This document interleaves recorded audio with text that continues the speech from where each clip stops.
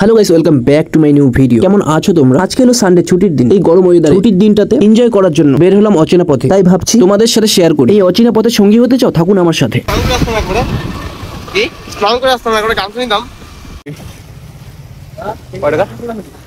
ফুল তাহলে তো ভালোই। আজকে সানডে, তাই আমরা বের হলাম ঘুরতে।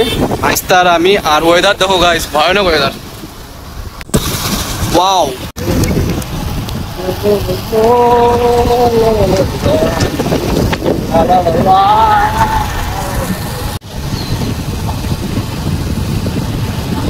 আমরা রোডে রোডে বের হচ্ছি। তো আমরা একটা ঠান্ডা জায়গার সন্ধানে বের হয়েছি, যেখানে গেলে একটু রিল্যাক্স ফিল করতে পারবো। ফাইনালি আমরা 5 মাইল ফরেস্টের ভিতরে চলে যাচ্ছি। তো দেখতে পাচ্ছ গাইস, এখানকার ওয়েদার সুন্দর, একদম ঠান্ডা।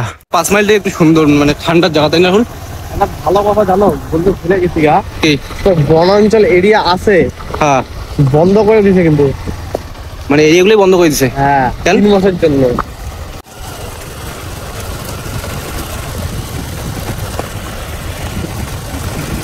বাঘটা দেখা দিই পাবলিককে। হচ্ছে 1920 মুভিটা এখানেই শুট হচ্ছে। দেখ, একদম ওরকমই লাগতেছে, মনে হচ্ছে 1920 মুভি শুট হচ্ছে, ঠিক না? এখানে শুরু হচ্ছে নাকি 1920 মুভি? দেখ, তুই একটু আগে বললি কি পাবলিক নেই, দেখ কত পাবলিক, পুরো মাল পার্টি হচ্ছে এখানে, মাল পার্টি।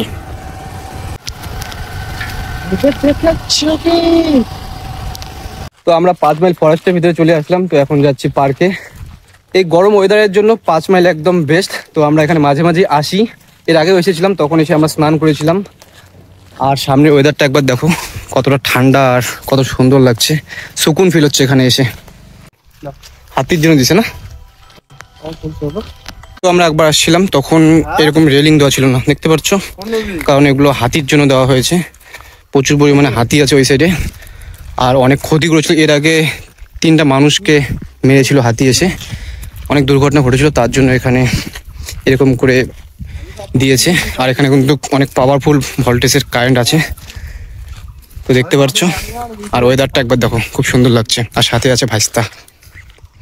আর আমরা এখন যেখানে আছি এটা হলো 5 মাইল ফরেস্ট, একদম ভিতরে। আর আমার বাড়ি থেকে ম্যাক্সিমাম 10 থেকে 15 কিলোমিটার হবে। যদি ছেলেবেলে বা গার্লফ্রেন্ড বা কেউ যদি আসতে চাও, তাহলে বাইক নিয়ে আসলে খুব তাড়াতাড়ি আসতে পারবা। আর যদি লোকাল গাড়িতে আসতে চাও, তাহলে তোমাদেরকে জয়গার গাড়ি বা হাসিমারার গাড়ি ধরে 5 মাইলে নামতে হবে, আর সেখান থেকে টোটো ধরে একদম ফরেস্টের ভিতরে আসতে হবে। তো এটাই রাস্তা আসার। যদি কোচবিহার থেকে আসো, তাহলে তো ডাইরেক্ট জয়গার গাড়ি বা হাসিমারার গাড়ি ধরে 5 মাইলে নামতে হবে। আর শিলিগুড়ি থেকে আসলে শিলিগুড়ি থেকে ফালাকাটায় নামতে হবে, ফালাকাটার থেকে জয়গার গাড়ি ধরে তারপরে এখানে আসতে পারো তোমরা। বাট এখানকার ওয়েদার সত্যি খুবই সুন্দর। আমাদের যে ডুয়ার্স আছে, ডুয়ার্সের মধ্যে এটা হলো 2 নম্বর, আর তার আগে আছে জলদাপাড়া ফরেস্ট। জলদাপাড়া পরে এটা, তারপর কি আছে?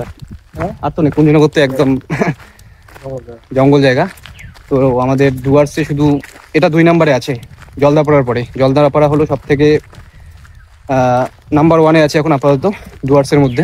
আমরা ছেড়ে আসলাম, তারপরে আমরা গেটের ওখানে ভিজিট করলাম। এখন তো 3-4 মাস কোনো টিকিট লাগছে না। তো আমরা ওখানে ভিজিট করেই আমরা এরকম একটা ব্রিজ পার হলাম, দেখতে পাচ্ছ। আর এখানে নদী, আর এই সাইডে একটা, এটাকে কি বলে জানি না, এটার উপরে উঠলে পুরো এরিয়াটা দেখা যায়, তো দেখতেই পাচ্ছ। আর এই এরিয়াটা দেখতে পাচ্ছ, এখানে অনেক আগে অনেক জীবজন্তু ছিল। আর এখান থেকে দেখতে পাচ্ছ, এটা হলো মেন এখান থেকে জঙ্গল সাফারি বের হতো, পুরো এরিয়াটা ঘুরিয়ে দেখাতো, টিকিট নিত। কিন্তু কোনো কারণবশত এখন জীবজন্তু এখানে নেই, তার জন্য এটা পুরোপুরি বন্ধ হয়ে আছে। কিন্তু সামনে একটা এরিয়া আছে যেখানে এখনো বাঘ আছে 3-4টে। তো আমরা ওখানে যাচ্ছি হেঁটে হেঁটে। আর আমরা আমাদের বাইক আর যেখানে আমরা টিকিট কাটার কথা, সেখান থেকে আমরা ম্যাক্সিমাম 1-1.5 কিলোমিটার হেঁটে আসলাম, কারণ অনেকটাই ভিতরে। যেখানে বাইক রাখতে হয় সেখান থেকে টিকিট কাউন্টার ম্যাক্সিমাম 1/2 কিলোমিটার, আর যেখানে টিকিট কাটতে হয় সেখান থেকে মেন গেট হলো 1/2 কিলোমিটার, আর গেট থেকে যেখানে বাঘ সেটাও ম্যাক্সিমাম 1/2 কিলোমিটার, মানে ম্যাক্সিমাম 1 থেকে 1.5 কিলোমিটার হবে। তো অনেকটাই দূর হাঁটতে হয়, কারণ অনেকটাই ভিতরে আর ভয়ানক জঙ্গল। সো চলো যাওয়া যাক সামনে। আমরা এই সাইডে আগে যাওয়ার আমাদের ইচ্ছা ছিল, কারণ সামনে আছে বাঘ, কিন্তু কোনো কারণবশত আমরা এখানে থেমে গেলাম। আর আমরা এদিকে মানে পার হওয়ার জন্য একদম রেডি হয়ে গিয়েছিলাম, কিন্তু আমাদের জানা ছিল না যে এখানে কারেন্ট আছে। কিন্তু এখন জানতে পারলাম যে এখানে কারেন্ট আছে, কারণ আওয়াজ হচ্ছে এখানে, এই জায়গাতে আওয়াজ হচ্ছে, মানে খুব রিস্ক ছিল একদম। মন চাচ্ছিল যে আমরা এদিকে যাব, কারণ এখানে একটু ফাঁকা ছিল, দেখতে পাচ্ছ। কিন্তু কারণবশত যেতে পারছি না। এখানে যে একটা সাইনবোর্ড দেখতে পাচ্ছ, এটা হলো পুরো পার্কের ম্যাপ গোল রাউন্ড করা আছে, যেখানে আমরা কিছুক্ষণ আগে যেতে চেয়েছিলাম কিন্তু কারেন্টের জন্য যেতে পারিনি, দুঃখিত। বোর্ড ছিল, বোর্ডগুলো এখন নাই, ওই বোট তুলে রাখতে স্যার। দু সাইডে বোর্ড ছিল।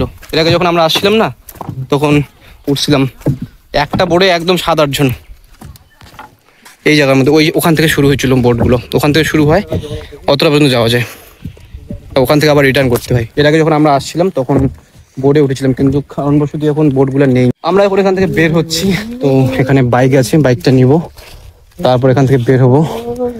বাট এখানে এসে কোনো ফায়দা হলো না, যতটা আমরা হেঁটেছি হাঁটার পর শরীরের অবস্থা দেখো, পুরো ঘেমে গেছে একদম। যাই হোক, তবু হালকা হালকা ঠান্ডা ওয়েদার ছিল এখানে, তাই ভালো লাগছে।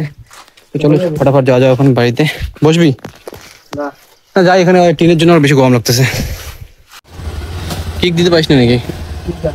হ্যাঁ, ফাইনালি চলে আসছি বাড়িতে, তো এখন খাওয়া দাওয়া করবো, নামাজ পড়বো। তো গাইস তো চলে আসছি এখন জিমে, আর পুরো ঘেমে গিয়েছি। তো চলো যাওয়া যাক ভিতরে একটু।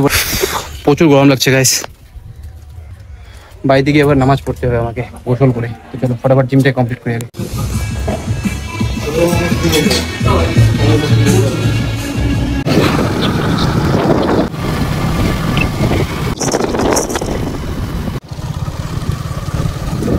আমি এখন এরকম একটা লোকেশনে বসে আছি, আর আমার পিছনে দেখতে পাচ্ছ পাট ক্ষেত, আর এখানে হচ্ছে আমার বাইক।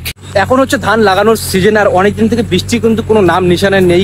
কালকে রাতে হয়েছিল বৃষ্টি, আর বৃষ্টি হওয়ার কারণেই সবাই সকাল সকাল ফোন করেছে, কারণ আমাদের একটা ট্রাক্টর আছে, সেই ট্রাক্টর দিয়ে তারা চাষ করবে জমিগুলোকে, আর চাষের পরেই তো ধান লাগাতে পারবে, তাই না? তাই আমি ট্রাক্টরের সাথে এসেছি। বাইরে অনেক বেশি রোদ, তাই আমি পাট ক্ষেতের ভিতরেই ঢুকে আছি, আর এখানে দেখতে পাচ্ছ আমাদের ট্রাক্টর চাষ করছে। সো গাইস, আজকে এই ভিডিওটা এতটাই। ভিডিওটা ভালো লাগলে লাইক কমেন্ট শেয়ার, দেখা হচ্ছে